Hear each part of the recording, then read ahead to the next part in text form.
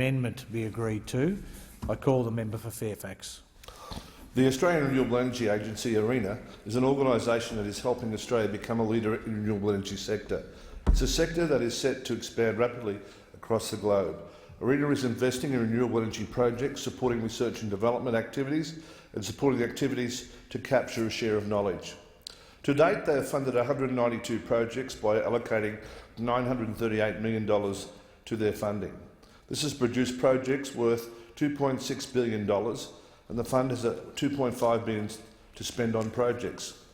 After extensive discussions with former US Vice President Al Gore, the Palmer United Party is determined to vote against this bill that would wipe out ARENA in the Senate.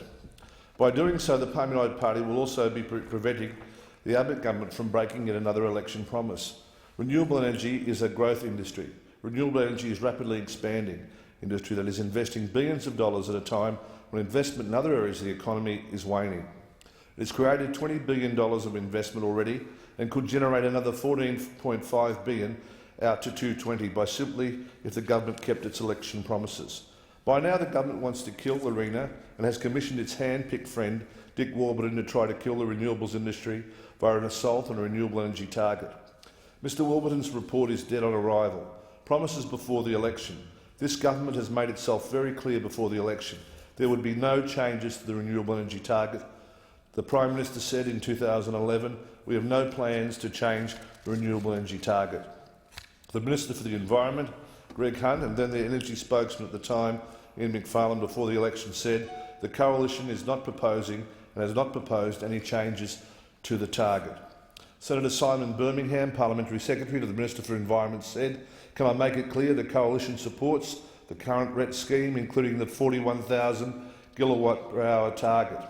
Palmer United is ready to hold the government to account and to vote down any changes along the lines recommended by Mr Warburton. That's why his report is dead on arrival." I note Mr Warburton has chosen to personally attack me in the Financial Review, saying that I was engaged in crazy and dumb politics because the Palmer United Party was opposing 75% of the government's agenda.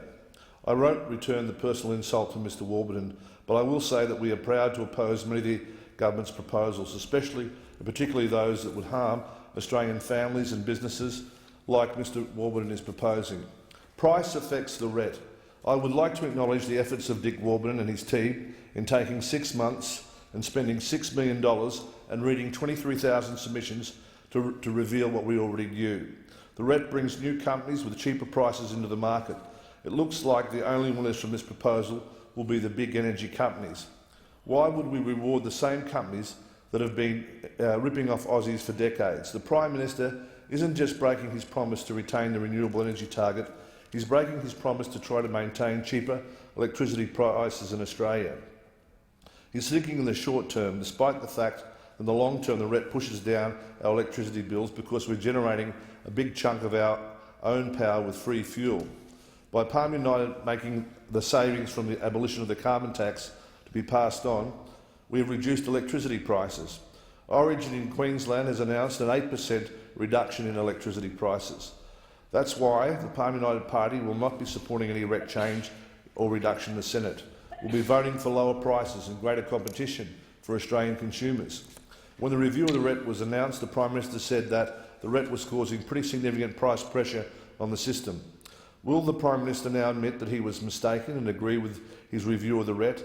That said, impacts on retail electricity prices appear to be small. If the government is truly concerned about the cost of living pressure on Australian families, as they have repeatedly claimed then they would be announcing today that they have no intention of making any changes to the RET. Putting solar panels on your roof is a great way to protect your family from higher electricity prices. Millions of households have done it, and many more millions want to. Changes to the small-scale renewable energy scheme proposed by the Warburton RET review threaten ordinary Australians from being able to significantly reduce their electricity bills. The review of the proposed small-scale renewable energy scheme, which helps working Australians put solar PVCs and solar hot water on their roofs. If this government is really concerned about the cost of living pressures on ordinary Australians, then it should announce that it's rejecting these changes to the small-scale renewable energy scheme. Before the election, this Prime Minister said he wanted to cut the cost of living for everyday Australians. He promised to cut the cost of living. Installing solar is one guaranteed way people have to slash their power bills. On average, a household will slash its power bill by 65% when it installs a solar. 2 million households that prove this point, and there are millions more who want to get solar. People on low income, self-funded retirees, pensioners, community groups all have invested their own money to slash their power bills. Industry uncertainty. When the government was elected, they claimed that Australia was open for business. This stands in stark contrast to the instability of the government that has created the renewable industry sector. The uncertainty that the RET review has created is causing billions of dollars of investment to be put at risk. The government needs to bring this uncertainty to a swift end by standing by its election promises that there be no changes to the RET. The RET was responsible for creating 24,000 new jobs and will create an additional 18,400 jobs by 2020 if left unchanged. 90% of additional renewable energy generation in this period since its inception has been attributed to the RET. It doubled Australia's renewable energy capacity in the period between 2001 and 2012. If the Prime Minister wanted a prosperous and wealthy Australian economy, then be using every resource we can to support this country.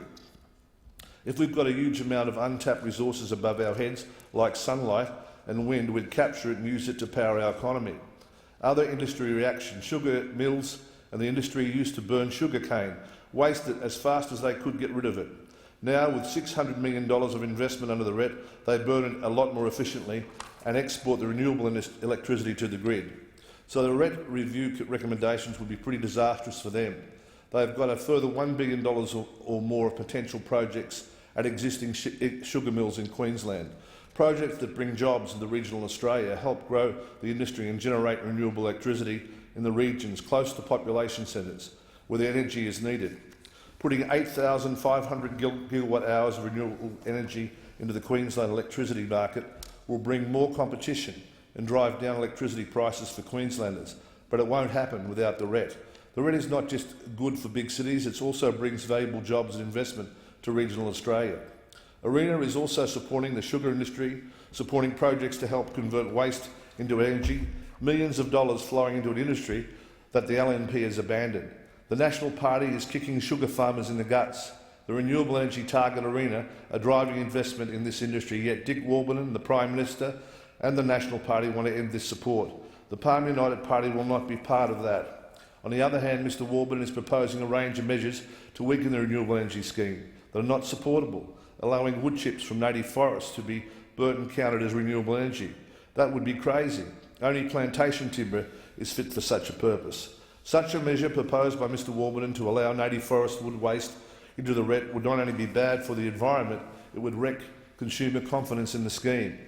Queensland, the Sunshine Coast, to most Australians, have plenty of sunshine. Using the power of the sun to generate energy just makes sense. Nowhere is this more the case than in my home state, the Sunshine State of Queensland, where solar has been enthusiastically embraced. Queensland now leads the world in the uptake of household solar, with nearly 400,000 solar homes together generating 1.1 gigawatts of power. This makes Queensland rooftops the fourth largest power station in the state of Queensland. In my own electorate of Fairfax, nearly 14,000 homes are now powered by the sun. That's nearly 1 in 4 homes.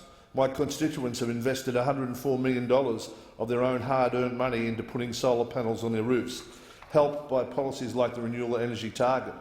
They've been motivated to take control over the ever-increasing power bills and do their bit for the environment. But these people have also been angry to see the ongoing attacks from politicians like the Premier of Queensland, the Treasurer, who recently likened these homeowners to champagne sippers of a latte. The reality is quite different. Many of the people who have gone solar are from lower and middle income households, young families, retirees, people without a decent roof space but worried about their electricity bills.